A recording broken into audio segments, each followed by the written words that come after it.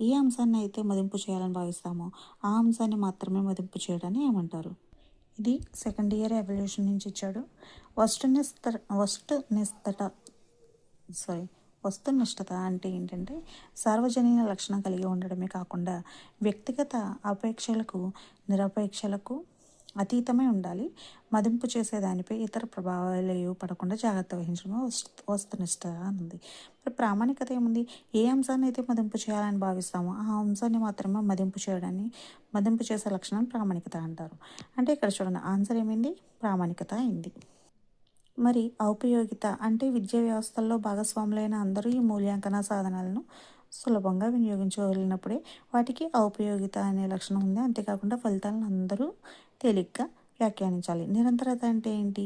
మూల్యాంకనం ఏదో ఒక సమయంలో కాకుండా బోధనాభ్యసన ప్రక్రియలో నిరంతరం కొనసాగాలి. అభ్యాసం చదువుతున్నంతసేపు జరగాలి. విద్యార్థుల ప్రగతిని ఉపాధ్యాయులు సులభంగా మదింపు చేయాలి. ఇది నిరంతరత. ఇవి 4 ఆప్షన్.